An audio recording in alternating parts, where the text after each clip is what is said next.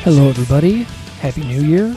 Just a quick note on this episode for natural disasters. Keith and I recorded this episode a long time ago at this point. It's been sort of sitting in my hard drive for 2 or 3 months at this point. So this is not a super current conversation between Keith and myself. So we also were unsure about how we felt about this episode whenever we recorded it. We felt like we had a lot of loose ends, and we weren't really sure about how this one turned out. So comments and thoughts and ideas are totally encouraged and welcomed on this episode. So without further delay, let's get into the episode for natural disasters from today's Empires, tomorrow's Ashes. We hope you enjoy.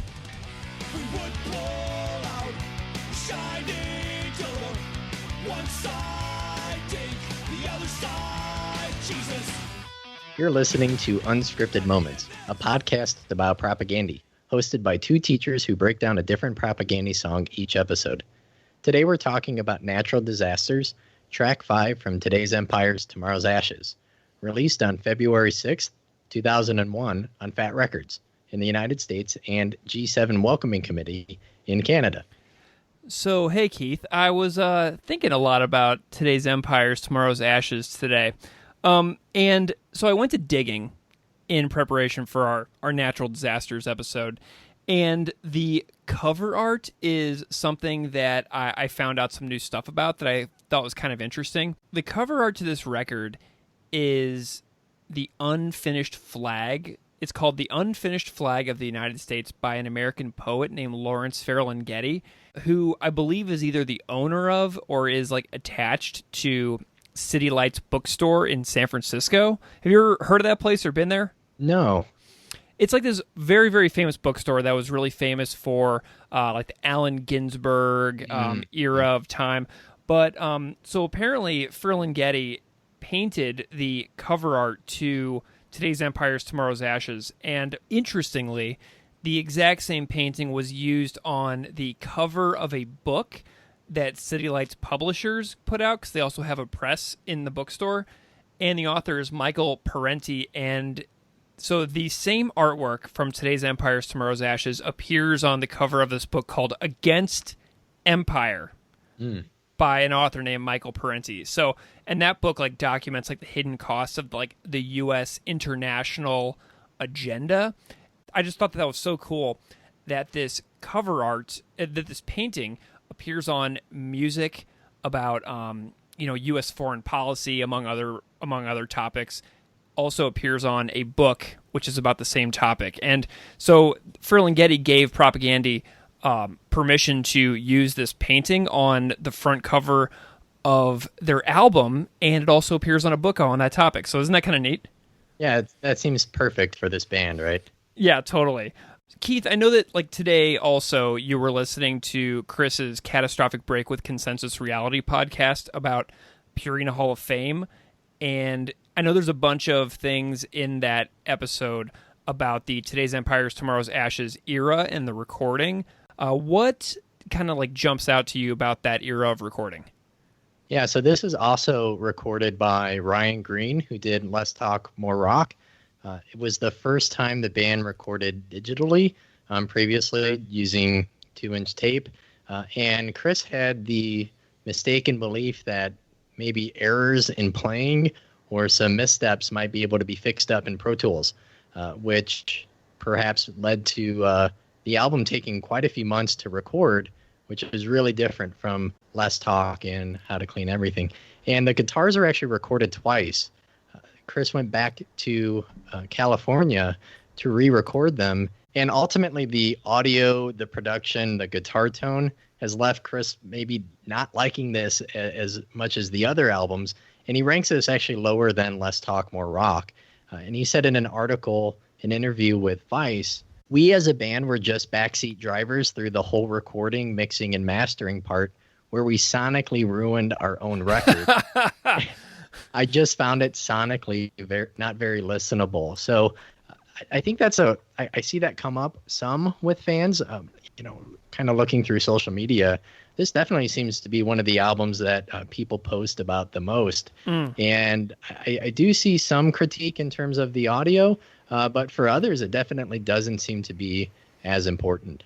Yeah, and I noticed that as well. Like, to me, this seems to be an album that if I'm looking at hashtag propaganda on like Instagram or on Twitter, I'm constantly seeing people wearing the Ferlinghetti painting T-shirt. I'm constantly seeing people post pictures of this album on vinyl on their turntable at home, and so this to me almost seems like it might be, I don't know, probably like the fan favorite. I'm willing to say that this might be the record that a lot of people think about as like the best propaganda record.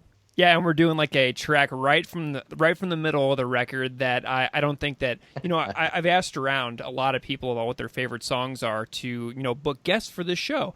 And no one has said that Natural Disasters is their favorite song, so this episode is guest free. Did anything else jump out at you about Chris's podcast episode from that era? I think his description of the tendency for him and Todd to push songs harder and to play them almost at a speed or at a rate that makes it almost unplayable. He kind of refers to like a bike going down a hill, and once they're losing track and like losing control, then all right, hit control or hit record. And I get that vibe from a ton of the songs in this album, but not necessarily this one. Well, and just as an aside, I know that in the top of the episode, you mentioned that this came out on G7 Welcoming Committee in Canada. And this is super interesting. So Propaganda, Jordan, Chris, and then another friend founded G7 Welcoming Committee, their record label, right around the time John K. Samson left Propaganda. And so I was doing a little digging on G7, and they describe G7 this way. The G7 Welcoming Committee is an idea of resistance, a welcoming committee to tell them, with words and actions, what we think of their power and neo-colonialism around the world and at home, and that people are willing to fight back. And then they say that G7 now posthumously, G7 Welcoming Committee Records was a collectively owned and operated record label located in Winnipeg, Manitoba between 1997 and 2010. We released 59 musical and political artifacts in various formats by 31 bands and individuals. So this was one of those records that was self-released through G7 in Canada. I remember having a compilation, a mix of releases from this, but I have to say that a lot of the artists I don't know kind of more specifically. Yeah, and there was also the Propaganda compilation, and I believe that it was called Quantity is Job Number 1. So they have the Quality is Job Number 1, 7-inch, double 7-inch, and then they also have this Where Quantity is Job Number 1 compilation of like live tracks and demos and all kinds of stuff. So G7 is a pretty fantastic label. One of my favorite bands is the Rebel Spell, and they put out all their stuff on G7.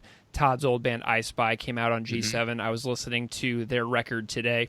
So anyway, Keith, let's talk a little bit about Natural Disasters. Can you tell me a little bit about some of your favorite lines, the lessons you learned from this tune, or whatever else springs to mind? Yeah, so what comes to mind immediately is that this is one of the few tracks where Todd and Chris both have like shared vocal duties. And I really like the songs where they kind of seem to split it down the middle. Yeah. I mean, there's a few of those on this record, so it's more than I thought as well. I listened to the whole record today, and there was Bullshit Politicians, Ordinary People, March of the Crabs, New Homes for Idle Hands. So it's so much more than I thought. You know what I mean? Yeah, and I think perhaps it's because they didn't overdo this. It's why I like it so much. And I can't really think of a track maybe after Potemkin City Limits where they both do that. Yeah, it's like a really unique characteristic of Today's Empires, Tomorrow's Ashes, that they have these sort of like back and forth vocal stylings and this back and forth sharing of duties.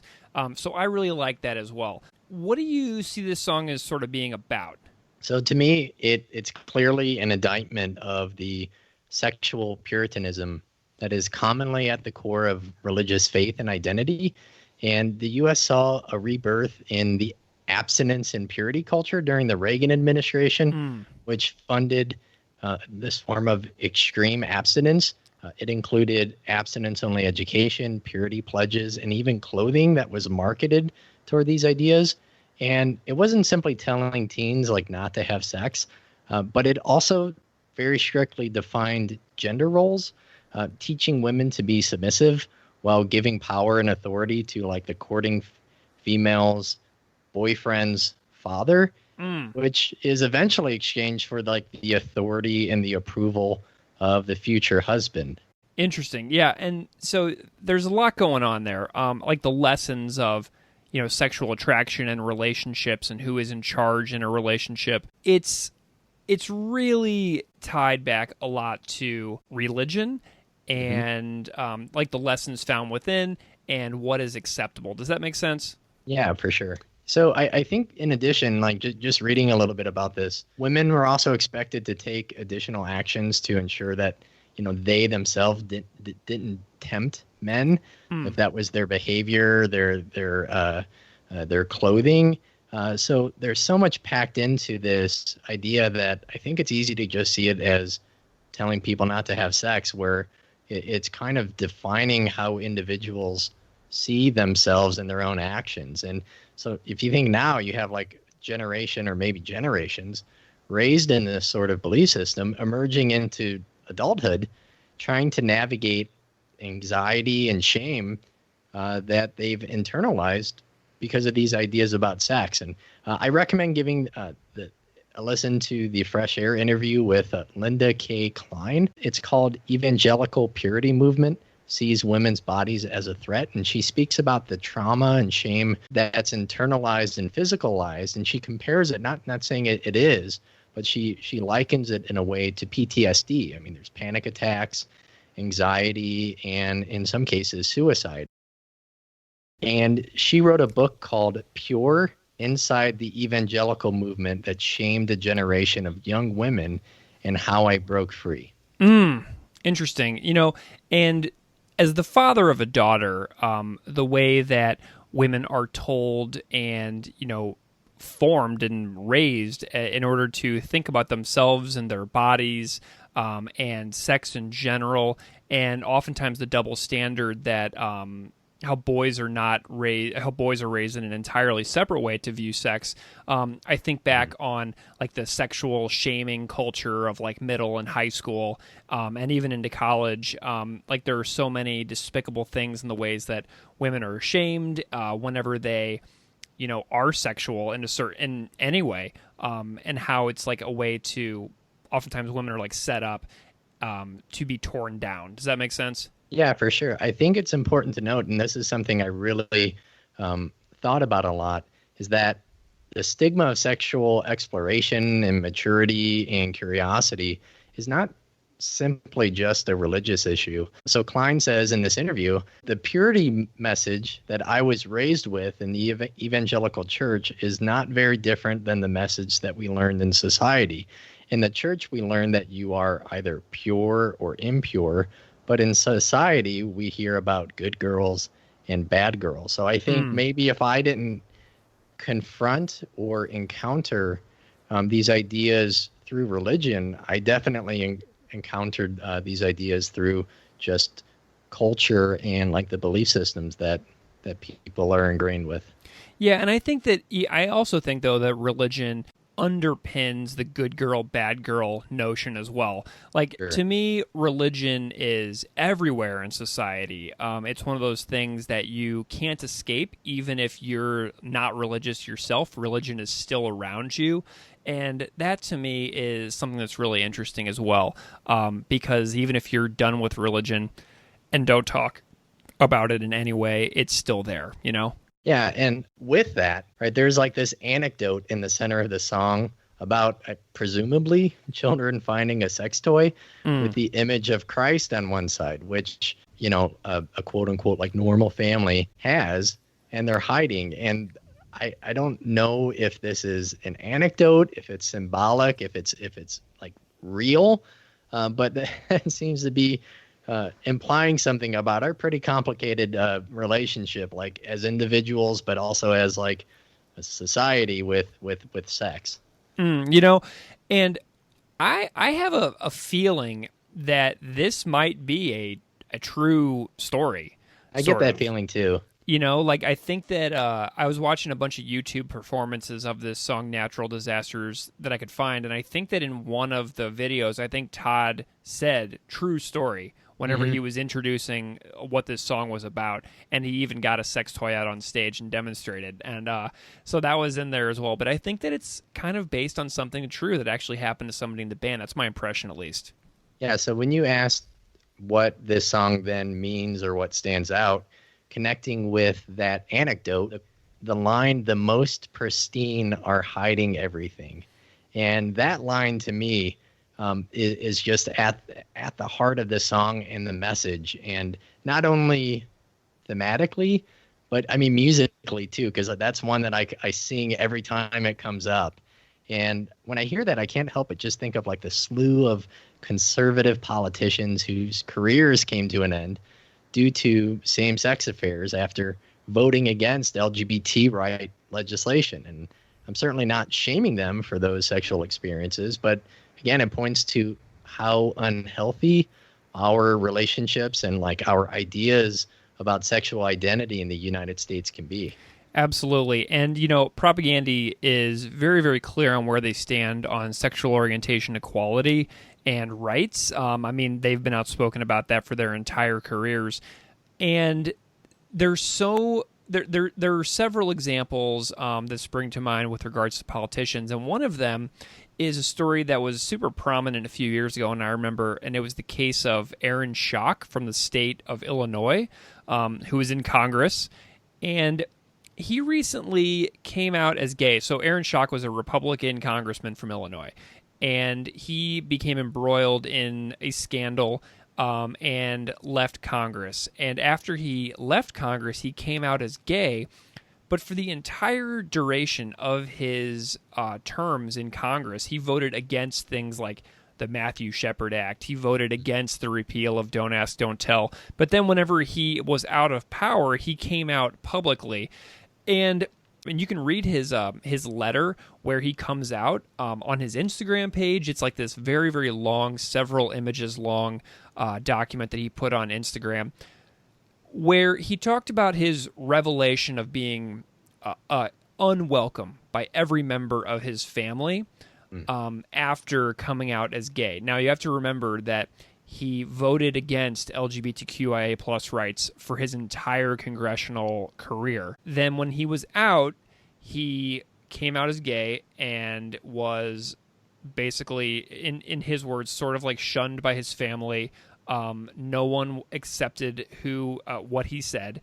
And, you know, I know that he was programmed from a young age to hate gay people using scripture as a crutch, a hatred crutch, you know what I mean? And I mean, in a way, I'm trying to think about what that would be like to be raised to hate gay people your whole life, to be an intellectual golden child, so to speak, to be told this is the way you should think forever. And I guarantee you he was fighting these demons the entire time of, you know, trying not to be gay. And then these things like Matthew Shepard Act would come up, or Don't Ask, Don't Tell.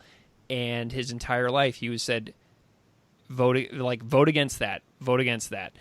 And so, you know, I'm trying to maintain like a sense of compassion for the experiences that he's had and his, you know, coming forth as a gay person. But it's really hard to swallow that he set gay right, that he did what he could to set gay rights back. It's a lot to think about and navigate. And, you know, it kind of shows that we are all raised in systems of belief and power that shape us regardless of how we acknowledge it. And we all have like unpacking to do, and we all have our own sort of like mental, decluttering that, yeah, I really don't know how to process like all of those. And I think it's like super important in cases like this to hold individuals accountable for their previous actions, but certainly not to shame them based off of whatever their preferences might be now or whatever their identity is now. Yeah, and to springboard off of like Aaron Schock, another example springs to mind of like, there's this guy named McCrae Game who founded a conversion therapy organization in the late 90s in South Carolina. And he came out as gay in 2019. And so he had an entire career based on converting gay kids into being not gay. And then after 20 years of inflicting pain and harm and suffering upon people, he himself comes out as gay. And so I can't imagine how many like anti-gay politicians and activists there are who are just gay and who despise themselves. You know what I mean? Yeah, and so the next line then comes up is that, is this our decaying society, that Todd sings. And yeah, it's kind of maddening that we see sexual curiosity or confusion or exploration or anything that might veer off of whatever is ascribed to our gender identity and our gender roles. That those things are considered to be the rot in North America, in Canada, and the United States. Yeah, it's insane if you're not heteronormative or fit into a perfect little mold of what it means to be like a sexually active adult. It's like seen as rot and decay. It's absolutely maddening. And then I think my favorite line in the song is how the song closes. Don't condemn your life to be riddled with shame. Everyone's hands cause natural disasters. And it's definitely my favorite. And especially that part of just not feeling embarrassed about, who you are as a person. But I don't really know if I understand what that last line means about natural disasters, like the title of the song. I have some theories on that. I was thinking about that a lot. Because you think about natural disasters like earthquakes and hurricanes and tsunamis and whatever. And it's like, well, what does this song that's about sex have to do with natural disasters? And, to me, this line is connected to the idea that human sin causes natural disasters to occur. By making certain behaviors forbidden instead of normalized, people grow up like thinking like, oh, if I do a certain thing with another person or with myself, it's sin so bad that it offends God so badly that like an earthquake is going to kill people. And that this is something that is in common discourse. I remember after the earthquake in Haiti, Pat Robertson said that the earthquake was caused by the people in Hades packed with the devil. Another example that springs to mind is Jerry Falwell. After 9/11, Falwell said that 9/11 occurred because of pagans, abortionists, feminists, gay people, and lesbians, and the ACLU. So, I mean, this is in the discourse of our society. There's another guy in New Orleans, John Hagee, I think. His name he was Pastor John Hagee. And after Hurricane Katrina, he said that, I believe that New Orleans had a level of sin that was offensive to God, and they were recipients of the judgment of God for that. He later retracted that, but he still said it. I mean, so, like, I know that these examples that, like, I've just said take place after the writing of the song Natural Disasters, which came out on Today's Empires, Tomorrow's Ashes in 2001. But those are things that get said in society pretty regularly. That almost seems like a pretty obvious explanation and interpretation of the lyrics that I don't think I had really considered. I mean, I may be completely wrong. And that's the great thing about doing this show is that I love seeing all the comments that have come in, like, after we've recorded episodes. Like, somebody recently sent me a message saying that there was a lyrical allusion within the Bangers Embrace to the band Concrete Blonde that Propaganda covers elsewhere. And so, you know, I love getting in the comments who are saying like, oh, have you considered this or have you considered that? And I'm like, no, I didn't consider that. You know, this is something that Keith and I are just learning along as we go. And so feedback from the people who hear these episodes is so profoundly cool, because it just kind of makes these conversations that you and I get to have, it makes it alive instead of like, you know, a standalone moment in time. It keeps it alive. So, you know, there's a lot I love about the lyrics of this song as well. I love the back and forth of the two vocals throughout this Propaganda record. I think that I've come to see this record as unique among their catalog for how much they go back and forth.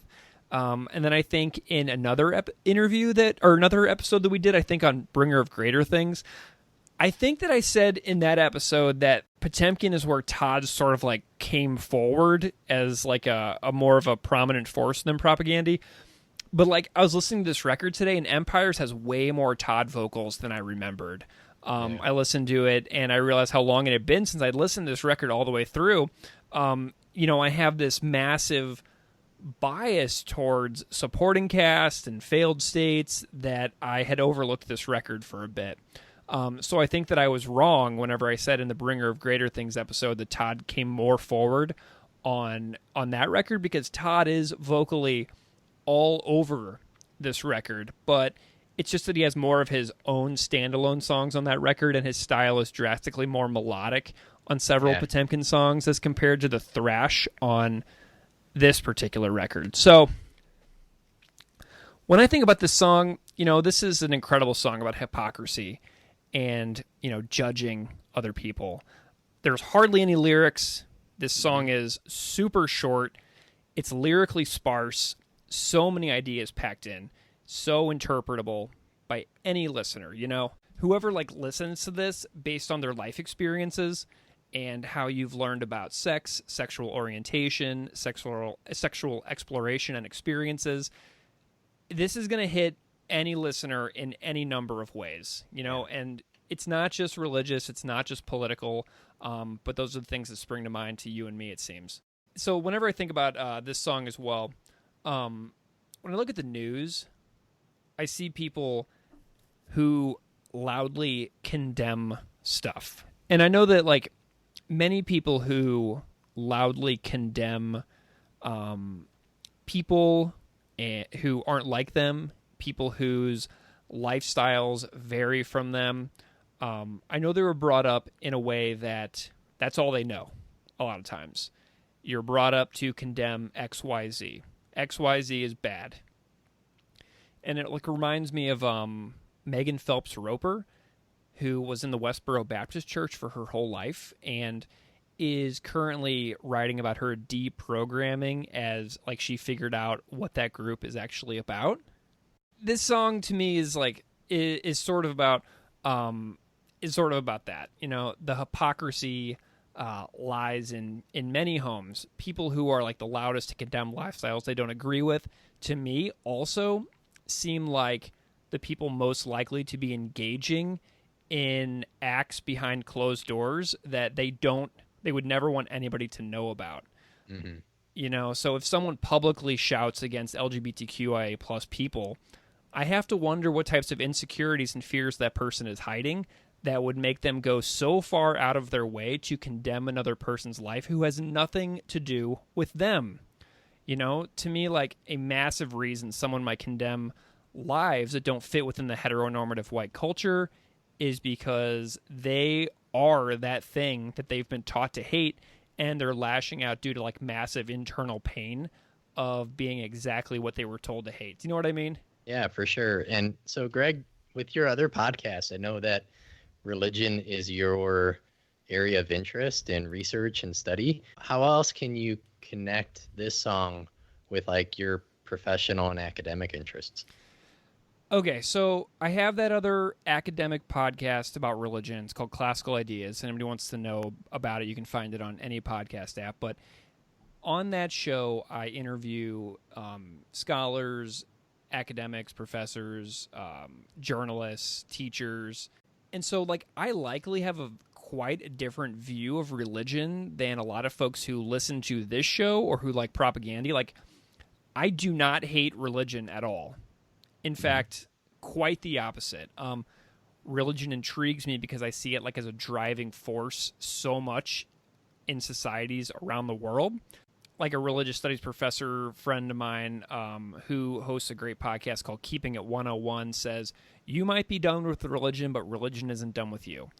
So, because like truly religion is everywhere around us. Religion is an underpinning social system that is heavily entrenched in so many major decisions that happen on planet Earth each day. So I personally am very intrigued with religion, and I seek to understand that because it interests me. It fascinates me. It's never boring to me. So, all that said, religion does create pain for people who do not conform or fit within designated internal social structures. Case in point, let's talk about gay priests for a second. This is an issue that is so prevalent going back to the Boston revelations of sex abuse crises back in 2002. It's documented heavily in the media ever since. In Buffalo, the city where I live recently, there was a massive scandal regarding the local diocese and a bishop. So there was an article that springs to mind, February 2019, an article called "It Is Not a Closet, It Is a Cage. Gay Catholic Priests Speak Out." And this was such an interesting article to me. It came out in the New York Times. And it described how anywhere from 40 to 75% of American Catholic priests are gay. And almost no Catholic priests have come out publicly as being gay. But in that article, one quoted priest said he just assumes all priests are gay. And like they're representative of an organization that does not validate who they are, truly. And that's like super heartbreaking in a lot of ways because you get like one chance at life. And it can be lived authentically or inauthentically. But, driving away gay congregants for years and years by calling quote-unquote homosexual tendencies as disordered, and these words are said by gay priests. And, that's just something that makes me think a lot about this song and, how people who condemn things super loudly are often the thing that they are told to hate, and how that is so pathological in human nature. So you want to talk about the music for a little bit? Let's talk about the music, 'cause that's a little more positive. Keith, go ahead and tell me what you like about this tune. I think this song is a really great example on how the band creates these really great, memorable riffs that all fit together, but never really become repetitive with, like a chorus verse structure. The opening riff is one of the most memorable on the album, and I think it's actually why I picked this song last week when we were trying to pick through. I was like, I already had that kind of playing in my head, and yeah. So it kind of transitions into picking those power chords with like that twangy bend at the very end, and I think that's just a really great contrast to like that heavy, high opening riff, like that style even coming to mind. With like when we talked to Sue Lin about Tertium. Yeah. And with like my entry point into underground extreme music wasn't so much just like punk, like Propaganda. I listened to a lot of metalcore in high school and early college. So that picking rather than just strumming those guitar power chords to me sounds like Strong Arm and then later Shai Hulud, who didn't just like do down strumming and making something really chuggy, but kind of substituting in like that layered melodic sound. So I really picked that up on this song, but in a few others as well on this album. Yeah, and to talk a little bit more about that twangy bends that you were mentioning, I was listening to this song over and over today, and there's these little string bends under the lyric, I wonder what lurks in neighbors' drawers, and it accentuates the guitar, and it really grabs my attention, and it just makes me like lose it because I love the attention to detail of throwing in these little flares that only make the song harder to play. It's not like they're making their lives easier to transferring the song to a live setting, but it just shows you the massive musical development that took place in this band between Less Talk More Rock and Today's Empires, Tomorrow's Ashes, where all of a sudden it's just like riff after riff after riff, and then that low, low, high, high of this riff,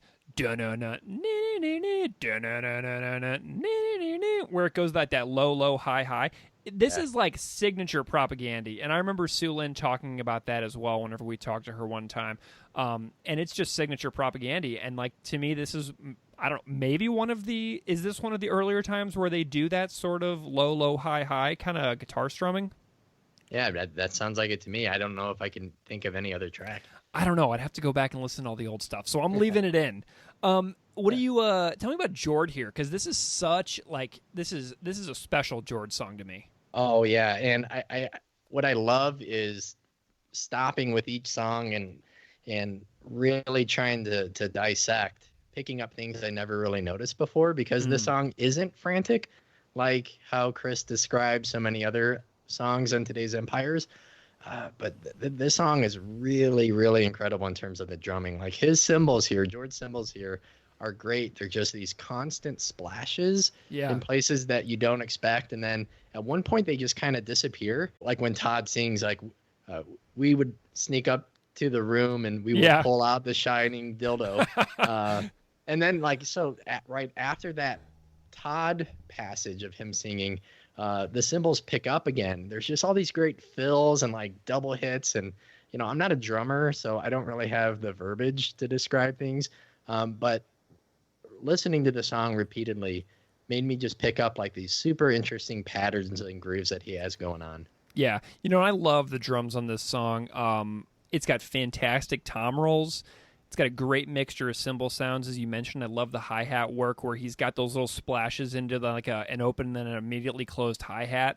I love this the steady beat as well. The backbeat is super unique. It's like boom boom bop boom boom boom bop boom boom boom bop boom boom boom bop, like on the snare and the bass. Like it reminds me of more Fat Wreck stuff as well with the bass drum pattern on there. Like, and then I went back and I was like trying to figure out what it reminded me of, and I found Good Riddance. They have a song called Steps on Comprehensive Guide to Modern Rebellion. And the fast part of that song has that same boom boom bop boom boom boom bop boom boom boom bop on the bass drum instead of like the boom bop boom boom bop boom bop boom bop. It's got that boom boom bop boom boom bop boom boom bop boom boom bop boom boom bop. So it's got that really fast beat on the right foot, which is super interesting as well. And it's also a song that reminds me of sort of like foreshadowing of future drumming Jord would do in Tertium Non Datur and Dear Coach's Corner, which I really loved. So to me, like this record starts off with like Mate Ka and then into Border and then into the title track and then back to the Motor League. These are like blazing fast songs. And then they go into this mid-tempo one, which really would fit in well with the first part of supporting cast. So I love the fact that Jord is sort of previewing his mid-tempo supporting cast drumming style here. That's really neat to me. So Chris and Todd, like when they calm down on the pace a bit, like Jord leans into this style more on future records a ton, Yeah. And I think with it being more, it's definitely not a slow song, but it not being super fast, I can pick out some of those things that maybe I wouldn't have otherwise noticed. Yeah, and you can hear, like, to me, when Jord does all those little flares, I feel like he might be able to have the space within the tempo to sort of pay homage to some of his drumming influences from when he was a kid. If you listen to like a bunch of like 70s rock and stuff like that, it's got that slower pace, and maybe he's doing a little bit of things that he creatively was inspired to do by old drummers, maybe like Neil Peart or something. Yeah. And so I mentioned at the beginning how this album kind of is pegged for not having the best audio recording and sound quality. But I think the bass here sounds really great. It's heavy and it accentuates like those chugging power chords in the opening riff. But and then it has like these great harmonizing patterns that picking them out, like picking those chords, I think makes the song just like even more melodic. And if you could see a video of Todd playing this live, I mean, I was like, I didn't even notice at first, but I was pretty much just watching him the entire time during a live set. Yeah, and you really should too. And there's a song. I love the bass on this song as well. I found a video of Propaganda playing this song in 2014, and the angle of so the sound quality on the video is terrible, right? But the angle of the video is directly underneath Todd. So imagine somebody pressed against the barricade right underneath Todd, and they're pointing the camera directly up at him while he's playing this song. It's full of tight licks. You know, the whole song is all over the place. It's just absolutely delightful on bass. So what else stands out from this song musically? I love the massive change of pace coming off the heels of the first four songs. Those first four songs, I mean, are so great and so fast. And then this is a nice break within the record. And so I was also thinking about how this song would fit in live. And I picked up my copy of Live from Occupied Territory, the DVD that you and I both have. And on that set, they opened up with COINTELPRO, and then I noticed that Natural Disasters is third on the set list on the DVD. So to me, this is like a really fantastic strategy for a live band like Propaganda. Unless you have time and space backstage for a proper physical warm-up, you cannot come out and, go right into Purina Hall of Fame. Yeah. Your body will freak out. And and these guys, I mean, it's been a number of years now since they did this record, but they're still like, I don't know, maybe 30 years old when this record came out, maybe late 20s, early 30s.